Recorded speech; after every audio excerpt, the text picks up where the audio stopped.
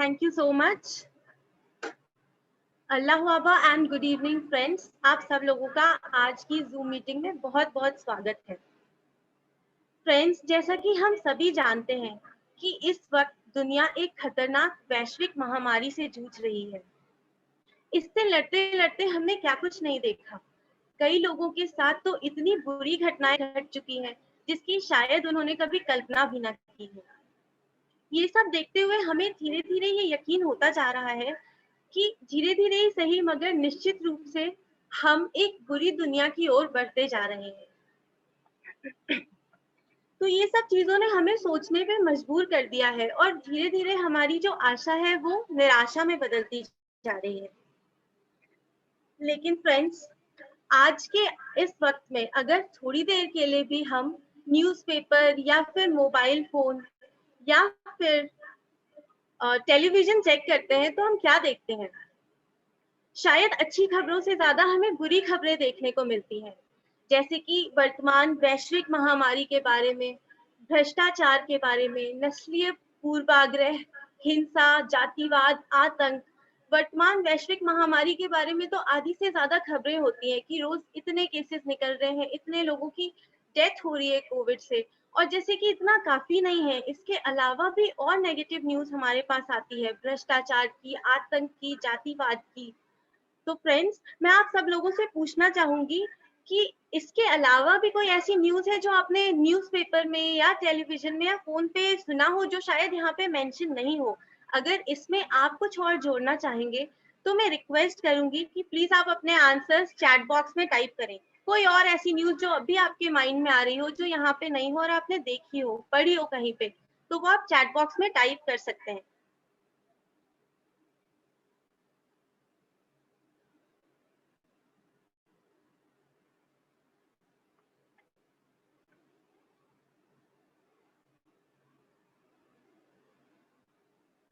Okay friends, तो ये सब देखकर हमें जो सबसे अधिक दिखाई देता है वो है विनाश और विघटन की प्रक्रिया का प्रतिबिंब। इतना सब कुछ गहन चिंता, उदासी व यहाँ तक कि निराशा उत्पन्न करने के लिए पर्याप्त है। लेकिन एक चीज है जो हमेशा भूल जाते हैं हम, वो ये कि समाज में हमेशा पॉजिटिव और नेगेटिव फोर्सेस साथ में काम कर रहे होते हैं। अगर नकारात्मक शक्ति है तो सकारात्मक शक्ति भी मौजूद है। फर्क सिर्फ इतना है कि नकारात्मक शक्ति हम जल्दी देख लेते हैं क्योंकि ह्यूमन माइंड की टेंडेंसी है कि वो नेगेटिविटी की तरफ इंक्लाइंड होता है। लेकिन एक विडंबना ये है कि इससे कहीं ज्यादा ताकतवर सकारात्मक शक्तियां मौजूद हैं जो शायद हम देखने से चूक जाते हैं, या हम कभी सोच भी नहीं सकते कि इतनी पावरफुल शक्तियां भी हमारे आसपास विद्यमान है। तो फ्रेंड्स, इतनी निराशा की पृष्ठभूमि में हम एकीकृत व निर्माणकारी प्रक्रिया को दिखाने का आज प्रयास कर रहे हैं जो हमेशा से विद्यमान रही है। वह किस तरह वह मानव जाति को एक बेहतर विश्व बनाने की ओर विकसित कर रही है, मानव जाति को आगे की ओर ले जा रही है, विकास की ओर ले जा रही है। बहाई धर्म के धर्म संरक्षक शोगी एफेंदी ने 20वीं शताब्दी के मध्य में ये विचार रखा था कि विश्व समकालीन प्रक्रियाओं से गुजर रहा है, एक ही साथ दो प्रक्रियाओं से गुजर रहा है विश्व। जो है, एक तो एकीकरण की है और दूसरी विघटन की है। अनफोल्डमेंट ऑफ वर्ल्ड सिविलाइजेशन में शोगी एफेंदी ने कहा है, जैसे जैसे हम अपनी गिर्द विश्व को देखते हैं, हम उस वैश्विक किण्वन के विविध प्रमाणों को देखने को विवश होते हैं। भले ही वह धार्मिक, सामाजिक, आर्थिक या राजनीतिक हो, वह मिटता जा रहा है। वह मानव जाति को पुनः आकार दे रहा है, उस दिवस के इंतजार में कि जब मानव नस्ल की समग्रता पहचानी जा सकेगी, वह इसकी एकता स्थापित होगी। एक दोहरी प्रक्रिया हालांकि विशिष्ट की जा सकती है, प्रत्येक अपने ही तरह से बढ़ती गति से उन्मुख होगी कि वह उन शक्तियों को चरमोत्कर्ष पर ले जाएगी जो हमारी पृथ्वी की शक्ल को रूपांतरित कर रहे हैं।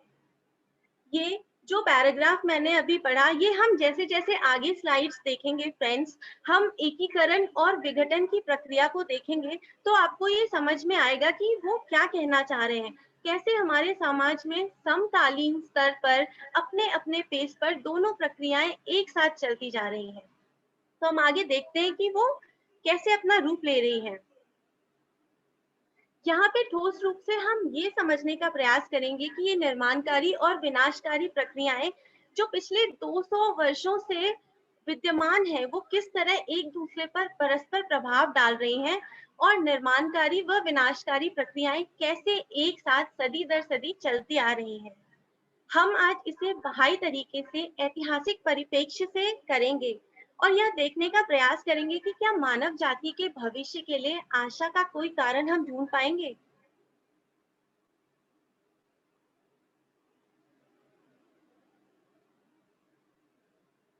अगर हम 19वीं शताब्दी के मध्य से इतिहास का क्रम देखें, तो हम ऐसा नहीं कह सकते कि इतिहास सीधा सीधा चला आ रहा है या रैखिक रहा है, और हम ये भी नहीं कह सकते कि इतिहास 2 कदम आगे बढ़ता है और 1 कदम पीछे आ जाता है।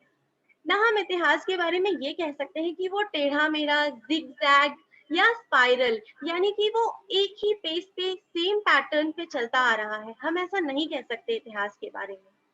बल्कि एक चीज जो हम फॉर श्योर कह सकते हैं, वो ये है कि 19वीं शताब्दी में दोनों प्रक्रियाओं का विभाजन हो चुका है। ये कोई फिक्स्ड पैटर्न नहीं है। जो चीज फिक्स्ड है वो ये है कि ये दोनों प्रक्रियाएं समानांतर रूप से चलती आ रही हैं।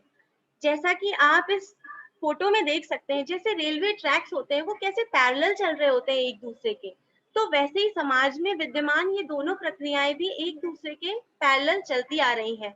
निर्माणकारी प्रक्रियाएं और विनाशकारी प्रक्रियाएं।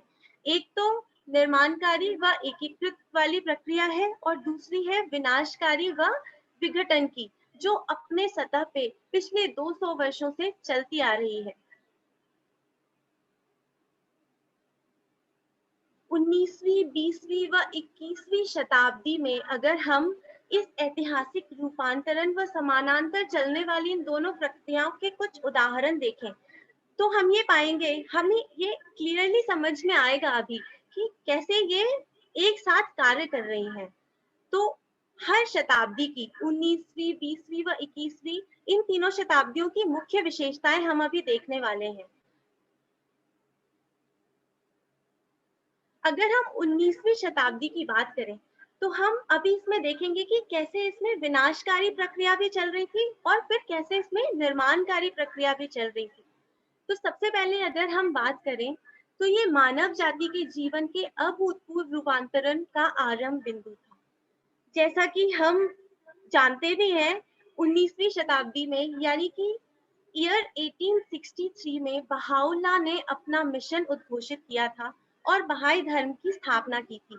और ये पिक्चर में आप देख सकते हैं, ये रिजवान का गार्डन है जहाँ पे उन्होंने अपनी उद्घोषणा की थी लोगों के सामने।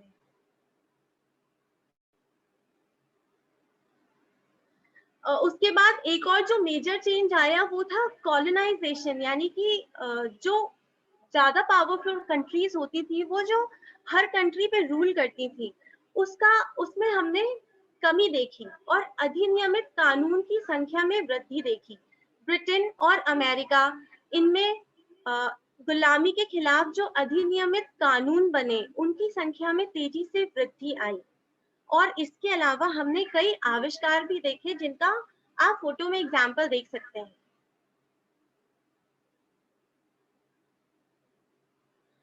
उसके बाद और जो मेजर चेंजेस आए, जो डेवलपमेंट की ओर जो स्टेप हुआ हमारा, वो था पहली बार महिलाओं की समानता का विचार दार्शनिक चर्चा के कक्ष से बाहर निकला, वह सामाजिक कार्य के कक्ष में इसने प्रवेश किया। यानी कि हो सकता है इस पे पहले डिस्कशंस हो रहे हो, चर्चाएं, दार्शनिक चर्चाएं बहुत होती थी, लेकिन पहली बार ऐसा हुआ कि वो चर्चा के कक्ष से बाहर निकला और सामाजिक कार्य में उसने प्रवेश किया। यानी वो प्लानिंग से नेक्स्ट स्टेप पे आ गया, एग्जीक्यूशन वाले स्टेप पे। जुलाई 1848 में सिनेका फॉल्स अधिवेशन में जो अमेरिका में की गई बैठक थी, उसका आयोजन महिलाओं के अधिकार के प्रथम औपचारिक भावपूर्ण उद्घोषणा को जारी करने के लिए किया गया था। तो हम देख सकते हैं कि कैसे वन स्टेप अहेड जाते जा रहे हैं हम। पहले डिस्कशन से लेकर अब हम एग्जीक्यूशन पे आए, उसके बाद महिलाओं की समानता की उद्घोषणा कर दी गई पब्लिकली, उनके अधिकारों के बारे में बताया गया और उसको लागू किया गया। फिर 1893 में शिकागो में पहली बार विश्व धर्म संसद का आयोजन हुआ, जिसमें 6 अलग-अलग धर्मों के परंपराओं का प्रतिनिधित्व किया गया।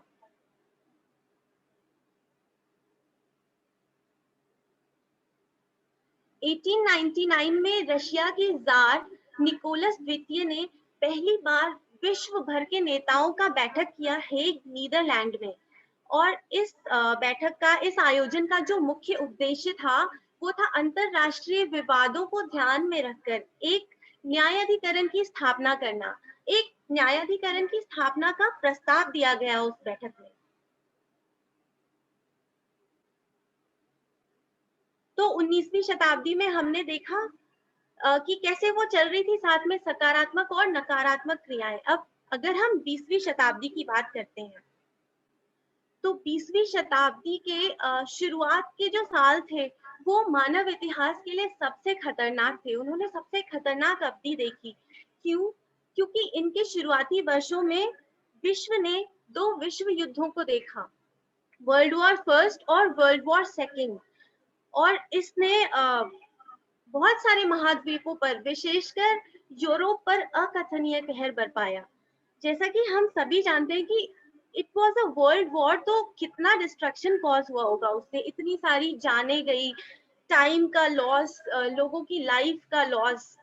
तो लेकिन जैसा हम कहते हैं कि there is no rainbow without rain and there is no happiness without pain. तो जब तक शायद ये वर्ल्ड वॉर नहीं होता, लोगों को वर्ल्ड पीस की जरूरत भी महसूस नहीं होती। तो इस वर्ल्ड वॉर के परिणाम स्वरूप क्या हुआ आगे, वो हम देखते हैं। इन प्रमुख विनाशकारी घटनाओं ने निर्माण कार्य प्रक्रिया को सक्रिय किया। वह शास्त्रीय व अंतरराष्ट्रीय सहयोग प्रणाली का प्रथम बार जन्म हुआ। यानी कि इन वर्ल्ड वॉर्स के बाद लोगों को शांति, वर्ल्ड पीस की जरूरत महसूस हुई। और तब जाकर 1920 में पहली बार द लीग ऑफ नेशंस का गठन किया गया। द लीग ऑफ नेशंस अंतरराष्ट्रीय स्तर पर पहली बार अंतर शासकीय संगठन बनाया गया था, जिसका मुख्य उद्देश्य था विश्व शांति स्थापित करना। उसके बाद नेक्स्ट, जैसा कि यूनाइटेड नेशंस के बारे में तो हम सब जानते हैं। यूनाइटेड नेशंस ऑलमोस्ट हर फील्ड में काम करता है, ह्यूमन वेलफेयर के लिए, दुनिया के वेलफेयर के लिए। तो 1945 में फिर संयुक्त राष्ट्र यानी कि यूनाइटेड नेशंस ऑर्गेनाइजेशन का गठन हुआ। और यूएनओ के अलग अलग पार्ट्स भी हैं, इसके अलग अलग भाग हैं, जिनके बारे में हम अक्सर न्यूज में भी सुनते रहते हैं, जो हर फील्ड में काम करता है। जैसे WHO है, वर्ल्ड हेल्थ ऑर्गेनाइजेशन, जो हेल्थ पे वर्ल्ड लेवल पे काम करता है। उसके बाद यूनिसेफ है, यूनेस्को है, जो एजुकेशन के फील्ड में, चिल्ड्रन वेलफेयर के फील्ड में। तो ये सारी चीजें वर्ल्ड वॉर्स के बाद ये सब अस्तित्वमान हुई, जब लोगों को इनकी जरूरत महसूस हुई, वर्ल्ड पीस की जरूरत उनको महसूस हुई, तब जाकर उन्होंने ऐसे ऑर्गेनाइजेशंस का गठन हुआ दुनिया में।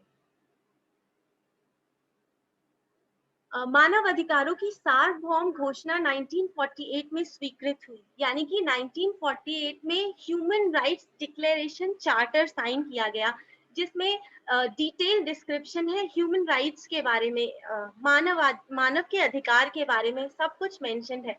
तो कोई भी इंपॉर्टेंट डिसीजन लेने से पहले यूएन चार्टर को रेफर किया जाता है। ये 20वीं शताब्दी वह समय भी था जब विश्व ने उपनिवेशन यानी कि कॉलोनाइजेशन का अंत किया। जैसा हमने पहले भी देखा, 19वीं शताब्दी से वो प्रक्रिया कम होनी शुरू हो गई थी और 20वीं शताब्दी में आके वो अंत हो गई। 1945 में इसका आरंभ हुआ था और 1960 के मध्य तक आते आते अधिकतर देशों ने अपनी स्वतंत्रता प्राप्त कर ली थी। उसके बाद एक और इम्पोर्टेंट फैक्टर था जो उस टाइम बहुत ज्यादा प्रचलित था, इनफैक्ट अमेरिका में, वेस्टर्न कंट्रीज में हमको अभी भी देखने को मिलता है, अपार्थाइड यानी कि रंग भेद। वहां पे काले, गोरे, श्वेत, अश्वेत का बहुत दिक्कत है वहां पे, मतलब इस चीज पे वो अक्सर लड़ते रहते हैं। तो ये वो टाइम था जब नेल्सन मंडेला आए, उन्होंने ब्लैक लोगों के राइट्स के लिए मूवमेंट्स किए, काफी लड़ाई की उन्होंने, लड़ा उनके राइट्स के लिए। तो तब जाकर रंग भेद यानी कि अपार्थाइड जो नस्लवाद था जो दक्षिण अफ्रीका में ध्वस्त हो गया, वो अंततः वहां से वो खत्म हो गया।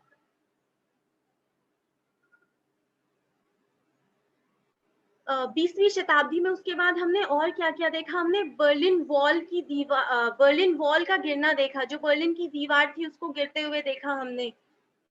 जो सोवियत संघ था वो उसका विघटन देखा हमने, और जो कोल्ड वॉर चलता आ रहा था देशों के बीच, जो शीत युद्ध था उसका भी अंत हो गया।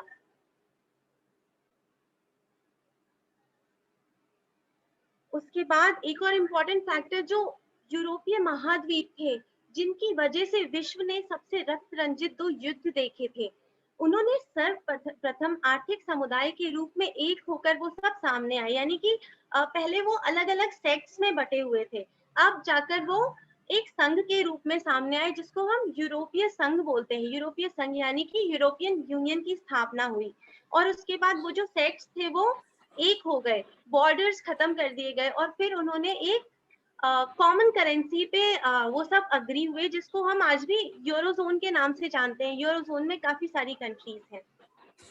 20वीं शताब्दी एक ऐसा समय भी था जब समस्त विश्व में लोकतांत्रिक प्रणाली उभरने लगी। तो जैसा हमने अभी पढ़ा कि कॉलोनाइजेशन खत्म हुआ, तो उसके बाद डेमोक्रेसी ज्यादा से ज्यादा पॉपुलर होने लगी। 1976 में लोकतंत्रों की संख्या, 1976 में जो 26 थी लोकतंत्रों की संख्या, वो 21वीं शताब्दी के प्रथम वर्ष तक अब 100 हो गई थी।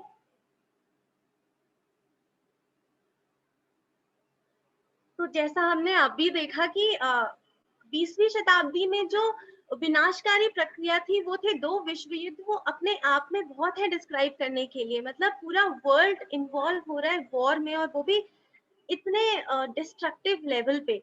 पर उसके बाद जो रचनात्मक क्रियाएं, जो निर्माणकारी प्रक्रियाएं शुरू हुई, वो भी हमने देखा कि विश्व युद्ध का क्या इम्पैक्ट पड़ा, मतलब लोगों को कितना रियलाइजेशन हुआ। उन्होंने वर्ल्ड पीस एस्टैब्लिश करने के लिए कितने सारे संगठन बनाए, जिनका मुख्य उद्देश्य ही ये था कि विश्व शांति लाना। तो फिर इन एग्जाम्पल से हम समझ सकते हैं कि एक और जहाँ पे विनाशकारी प्रक्रियाएं चल रही हैं, पर वो अकेली नहीं चलती, उनके साथ साथ उनको फॉलो करती हैं निर्माणकारी प्रक्रियाएं। तो अब हम 21वीं शताब्दी की अगर बात करें, हम 21वीं शताब्दी में देखते हैं, हम ऐसे समय में जी रहे हैं जब निर्माणकारी प्रक्रिया व सामूहिक वैश्विक चेतना ने मिलकर उज्जवल प्रकाश को जन्म दिया है। यानी कि ये वो टाइम है जब निर्माणकारी प्रक्रियाएं जोरों पर है, और जो सामूहिक वैश्विक चेतना है, जो रियलाइजेशन है पूरे वर्ल्ड का, उनने मिलकर एक उज्जवल प्रकाश को जन्म दिया है।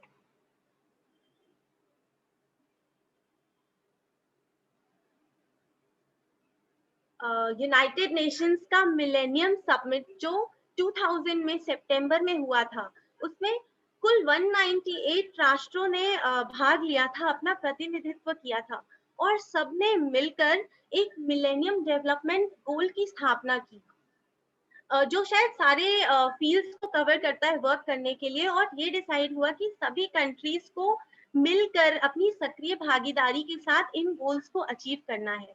तो हम देखते हैं मिलेनियम डेवलपमेंट गोल्स क्या हैं। अत्यंत गरीबी व भुखमरी का समापन, वैश्विक प्राथमिक शिक्षा की उपलब्धि, लैंगिक समानता को बढ़ावा देना व महिलाओं का सशक्तिकरण, बाल मृत्यु दर को कम करना, मूलभूत स्वास्थ्य में सुधार, एचआईवी एड्स मलेरिया व अन्य बीमारियों का प्रतिरोध, वातावरण स्थिरता सुनिश्चित करना, विकास के लिए वैश्विक भागीदारी। तो जैसा कि हम अगर ध्यान दें, तो हम देखेंगे कि ये जो मिलेनियम डेवलपमेंट गोल है, इसने ऑलमोस्ट हर फील्ड को टच किया है। ऑलमोस्ट हर फील्ड पे कंसंट्रेशन देकर जो भी प्रॉब्लम उस फील्ड में आ रही है, उसको एलिमिनेट करने का इन्होंने टारगेट सेट किया है। चाहे हम अत्यंत गरीबी और भुखमरी पॉवर्टी की बात करें, या फिर हम एजुकेशन की बात करें, या जेंडर इक्वालिटी वुमेन एम्पावरमेंट की बात करें, हेल्थ में सुधार की बात करें, हम एनवायरनमेंट में स्टेबिलिटी लाना, खतरनाक डेडली बीमारियों को कम करना, हर फील्ड में उन्होंने ध्यान देकर उसको, जो प्रॉब्लम्स आ रही है उसको एलिमिनेट करते हुए इस गोल को अचीव करने का टारगेट सेट किया है। विश्व के सभी राष्ट्रों ने समस्त मानव जाति के प्रति अपनी जिम्मेदारियों को साझा किया, जिसे 2016 में संयुक्त राष्ट्र के मानवीय शिखर सम्मेलन में संहिताबद्ध किया गया। यानी अब जो प्लानिंग थी, मिलेनियम डेवलपमेंट गोल सेट करने का काम था, वो हो चुका था। उसके बाद अब सबको अपनी जिम्मेदारियां समझनी थी, उस पे अब उनको वर्क करना था। तो अब वो प्रतिभाबद्ध तरीके से उस टारगेट को अचीव करने में लग गए। अब विश्व न्यायालय का व अंतरराष्ट्रीय अपराध न्यायालय सशक्तिकरण, जिन दोनों का रोचक रूप से हेग नीदरलैंड में मुख्यालय है। तो जैसा हमने अभी देखा, वर्ल्ड वॉर के बाद जब जरूरत महसूस हुई और बैठकों में भी सजेशंस आए थे international court of justice establish करने के, तो वो भी एस्टैब्लिश किया गया, जिसका हेडक्वार्टर हेग नीदरलैंड्स में है। विश्व धर्म संघ का 19वीं शताब्दी में अपनी स्थापना से लेकर आरंभ तक विकास जारी है। 196 देशों के साथ पेरिस जलवायु समझौता एक और महत्वपूर्ण मील का पत्थर था।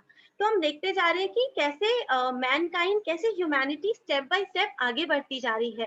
टारगेट सेट करना, फिर उसके बाद अपनी जिम्मेदारियों को समझना, उसका डेवलपमेंट कंटिन्यूटी में जारी है अभी तक। उसके बाद वो मील का पत्थर क्रॉस करते जा रहे हैं एक के बाद एक। तो पेरिस जलवायु समझौता भी उन्हीं में से एक था, जिसमें 196 देशों ने मिलकर अग्रीमेंट साइन किया।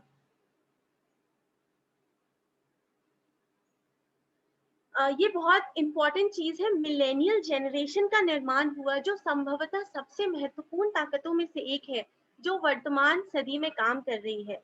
तो मिलेनियल जनरेशन क्या है?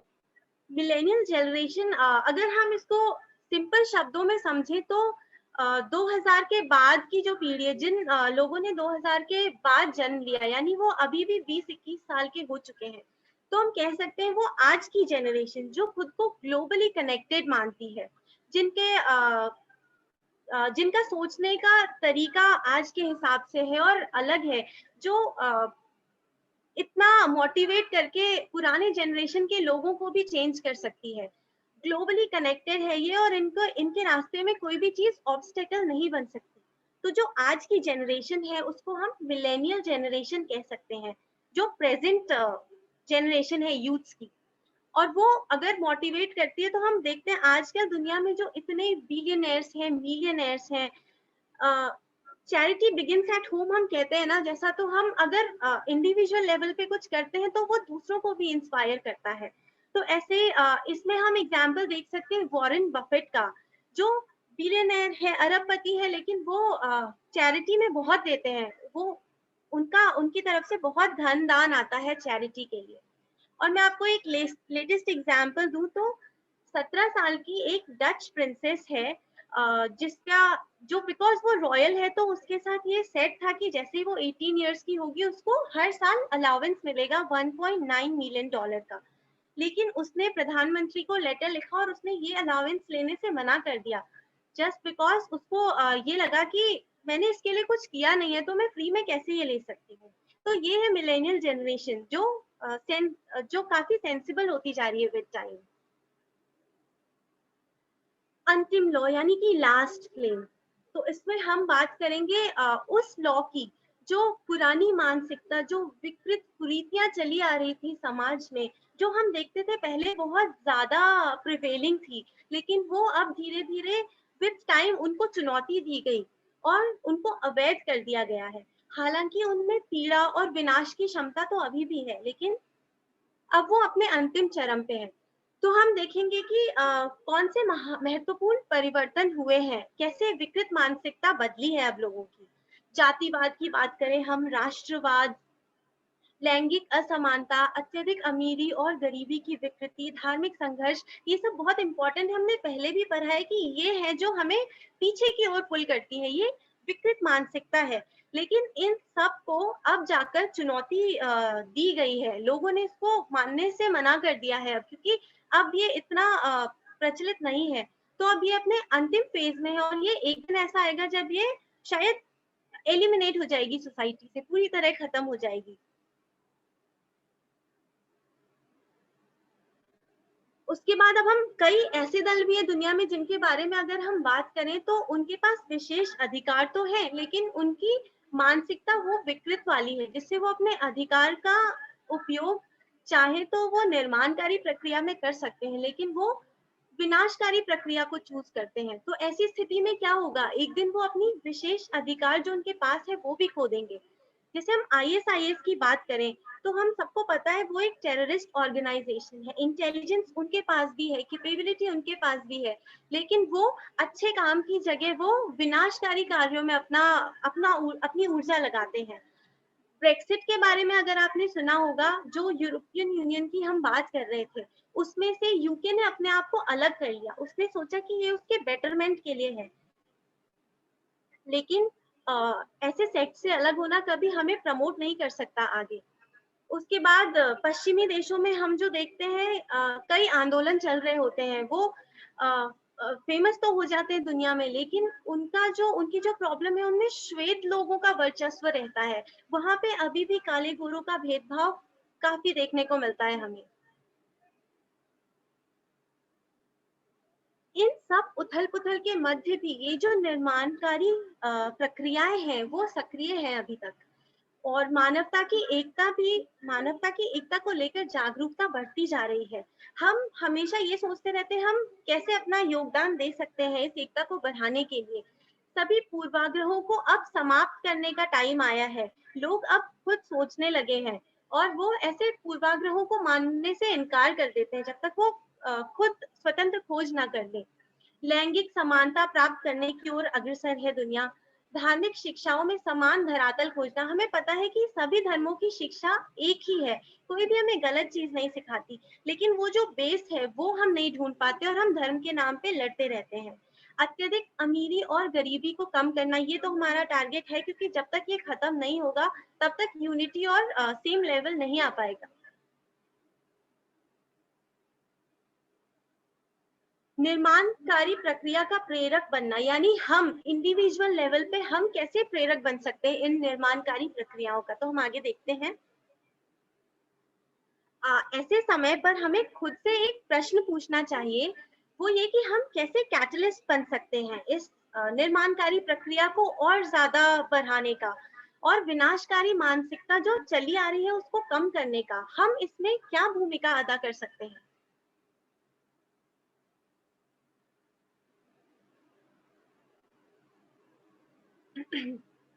हम इस निर्माणकारी प्रक्रिया का झगड़े के साथ तो योगदान नहीं दे सकते, और ना हम पक्षपात पूर्ण ढंग से कोई भी चीज सॉल्व कर सकते हैं, क्योंकि अगर पक्षपात होता है तो वो मॉडल वही जीर्ण शीर्ण हो जाता है, वो अपने आप लुप्त हो जाता है। हमारे पास जो ऊर्जा है वो हमें आदर्श समुदाय के निर्माण में लगानी चाहिए।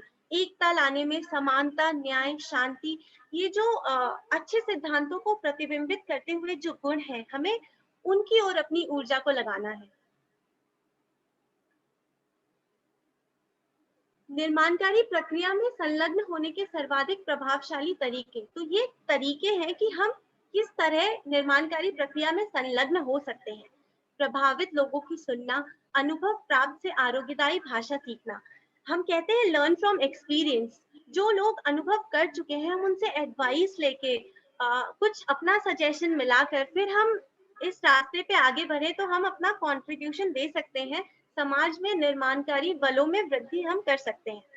हर किसी के पास एक विशेष अधिकार है और वो बस हमें सही तरीके से उपयोग करना है।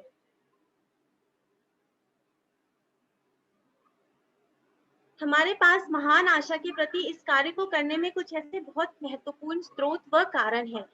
तो स्रोत और कारण अगर हम देखें तो हम कह सकते हैं निर्माणकारी प्रक्रिया का कार्य ना कभी रुका है ना कभी आगे रुकेगा, चाहे हम उसमें कंट्रीब्यूशन दें या ना दें। लेकिन अगर हम ना दें तो फिर ये तो बहुत अगेंस्ट में हो जाता है, क्योंकि हम कहते हैं कि वर्ल्ड पीस एस्टैब्लिश होके रहेगा। तो ये हमारे ऊपर है कि हम किस तरह से इसमें सहयोग और बढ़ावा दे सकते हैं इस निर्माणकारी प्रक्रिया को आगे बढ़ाने में। नए युग की चेतना की शक्ति, नए आध्यात्मिक सत्यों की खोज के परिणाम स्वरूप विश्व में यह चेतना उन्मुक्त कर दी गई है।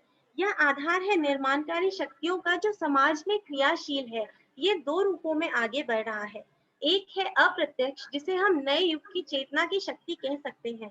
वह दूसरा है प्रत्यक्ष, जिसमें प्रत्येक व्यक्ति व उनके मध्य सद्भावना के साथ बहाई मित्र इस प्रक्रिया को आगे बढ़ाने में सहयोग देते हैं।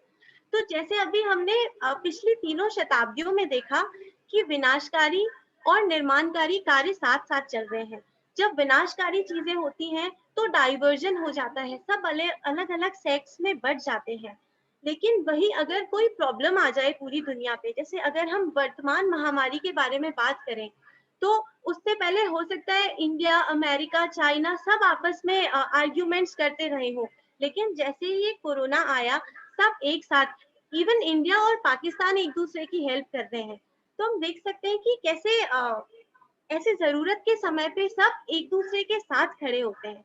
तो हम सोच सकते हैं कि कहीं ना कोई इंस्पिरेशन तो है जो लोगों को मोटिवेट कर रही है इस तरह माइंडसेट चेंज करके एक दूसरे के साथ खड़े होने के लिए।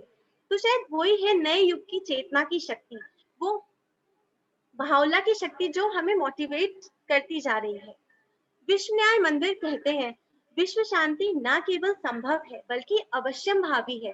तब फिर चाहे शांति मानव जाति के पुराने प्रतिरूपों के हड्डी पकड़ करने के व्यवहार के अकल्पित खौफ से आए, या इसका अपरामर्शी इच्छा के कार्यों के द्वारा अंगीकार हो, ये सब उन सबके समक्ष विकल्प है जो धरती पर निवास कर रहे हैं।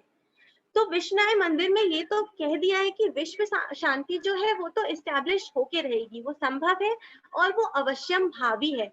पर जो लोग जो हम लोग हैं, ये हमारी चॉइस है, ये उन्होंने हमारे ऊपर छोड़ा है कि दो तरीकों से वर्ल्ड पीस आ सकता है।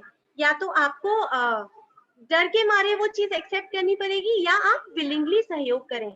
तो मैं आप लोगों से यहाँ पे पूछना चाहूंगी कि जैसा कि हमारा टॉपिक है आशा का कारण, तो हम खुद से क्या आशा करते हैं? क्या हम उस दिन का वेट करेंगे जब जब वापस से कोई युद्ध हो, वापस से अशांति फैले, तब जाके हमें फिर से रियलाइजेशन हो ये चीज का, वर्ल्ड पीस का? या अभी हम इंडिविजुअल लेवल पे कंट्रीब्यूट करते हुए एक एक स्टेप आगे बढ़ते हुए हम उस लेवल तक पहुंचे जिसका बहावला ने कहा है, एक नया सिविलाइजेशन स्थापित करना, जो वर्ल्ड पीस है वो तो आना ही है फ्रेंड्स। तो इसलिए बेटर होगा कि ना हम उस खौफ के मारे उसको एक्सेप्ट करें, बल्कि हम इंडिविजुअल लेवल